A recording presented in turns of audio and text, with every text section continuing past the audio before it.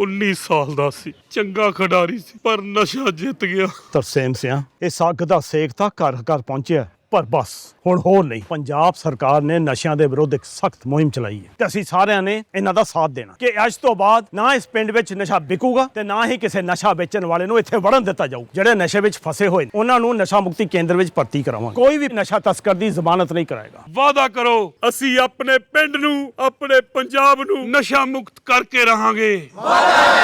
पूरा देश सेना के साथ खड़ा था, पूरा देश वायु सेना के साथ, नौसेना के साथ खड़ा था। अगर कोई एक व्यक्ति हमारी देश के सेना के साथ नहीं खड़ा था, वो थे हमारे देश के प्रधानमंत्री नरेंद्र मोदी जी, जिन्होंने सेना को धोखा दिया, जिन्होंने देश को धोखा दिया, जिन्होंने हमारी बहनों के सिंदूर को धोखा दिया। ये आप प्रधानमंत्री नरेंद्र मोदी की सच्चाई। से पहले मैं धन्यवाद करूंगी अध्यक्ष महोदय का, उन्होंने मुझे इस महत्वपूर्ण मुद्दे पे बोलने का मौका दिया, और हमारे अभय वर्मा जी का, जिन्होंने इस प्रस्ताव को सदन में रखा। देखिए, 22 अप्रैल एक ऐसा दिन है जो इस देश का कोई भी नागरिक नहीं भूल सकता। पहलगाम में जो हुआ, जो उसकी तस्वीरें हमने देखी, जो अपनी बहनों को बिलखते हुए देखा, जो उनके आवाज में हमने सदमा सुना कि वो किस तरह से गिड़गिड़ाई, किस तरह से अपनी पत्नी के पतियों की जान की भीख मांगी, लेकिन फिर भी उन निर्दयी आतंकवादियों ने गोली चलाकर निहत्थे लोगों की हत्या कर दी। इससे बर्बर कुछ नहीं हो सकता, इससे अमानवीय कुछ नहीं हो सकता। मैंने अपनी जिंदगी में, जब से हमने राजनीति को फॉलो करना शुरू किया है, मैंने हमेशा देखा कि अलग अलग मुद्दों पे पक्ष होता है, विपक्ष होता है। पक्ष कुछ कहता है, विपक्ष कुछ कहता है, लेकिन पहलगाम के हमले के बाद कोई पक्ष नहीं था, कोई विपक्ष नहीं था, कोई पार्टी नहीं थी, कोई नहीं था। पूरा देश एकजुट था। देश के 140 करोड़ लोग एकजुट थे, और सबने एक आवाज में बोला कि हमें अपने बहनों के सिंदूर का बदला चाहिए। 140 करोड़ भारतीयों ने बोला। मैं इस देश की सेना को सलाम करती हूं। उन्होंने ना दिन देखा ना रात देखा, चाहे वो आर्मी हो, चाहे वो एयरफोर्स हो, चाहे वो नेवी हो। और जैसा हमारे सभी भाइयों ने कहा, उन्होंने, देखिए, पाकिस्तान और आतंकवादियों में कोई अंतर नहीं है। पाकिस्तान आतंकवादियों को शरण देता है। जब पहला हमला हुआ और आतंकवादियों की मौत हुई, पाकिस्तान के सारे बड़े बड़े अफसर, सारे बड़े बड़े नेता दिखे वहां पर, उनके परिवारों के साथ दिखे। तो ये स्टेट स्पॉन्सर्ड टेररिज्म था, और पूरे देश ने एकजुट होकर कहा कि स्टेट स्पॉन्सर्ड टेररिज्म का बदला लेंगे।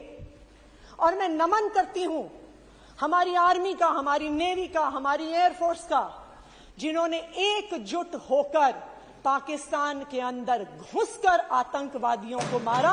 मैं पूरी अपनी सेना का नमन करती हूं। पूरी दुनिया ने देखा कि भारत का, हमारी वायुसेना का, हमारी नौसेना का इस ऑपरेशन सिंदूर के दौरान अपर हैंड था।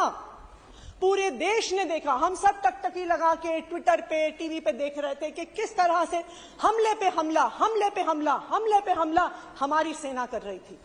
किस तरह से एक के बाद एक, कभी उनका एयरबेस, कभी उनके न्यूक्लियर प्लांट्स को डिस्ट्रॉय किया जा रहा था। और पूरे देश का एक ही मानना था कि अब ये निर्णायक जंग होनी चाहिए। अब once and for all Pakistan के स्टेट स्पॉन्सर्ड टेररिज्म को हमें खत्म करना होगा। लेकिन एक दिन अचानक सोशल मीडिया पर, ट्विटर पर, एक दूसरे देश का राष्ट्रपति ट्वीट करके कहता है कि भारत और पाकिस्तान के बीच में युद्ध खत्म हो गया, कि मैंने सीज फायर करवाया। मैंने जब डोनाल्ड ट्रंप का ट्वीट देखा, मुझे तो लगा कोई फेक अकाउंट है। मुझे लगा ऐसा कैसे हो सकता है? भारत जैसा देश, हजारों साल का इतिहास हमारा, हम पाकिस्तान को खत्म करने की कगार पर थे, फिर कैसे डोनाल्ड ट्रंप बीच में घुस गए? और बिल्कुल डोनाल्ड, मुझे तो विश्वास नहीं हुआ, लेकिन डोनाल्ड ट्रंप के ट्वीट के 1-2 घंटे बाद हमारी सेना सामने आई और उन्होंने उसी बात की पुष्टि करी कि जी हां, सीज फायर हो गया। देखिए, हमारी सेना, हमारी वायुसेना इस जंग में, ऑपरेशन सिंदूर में पाकिस्तान के स्टेट स्पॉन्सर्ड टेररिज्म को निर्णायक तौर पे खत्म कर सकती थी, लेकिन भारतीय जनता पार्टी की कायरता की वजह से ऐसा नहीं हो पाया।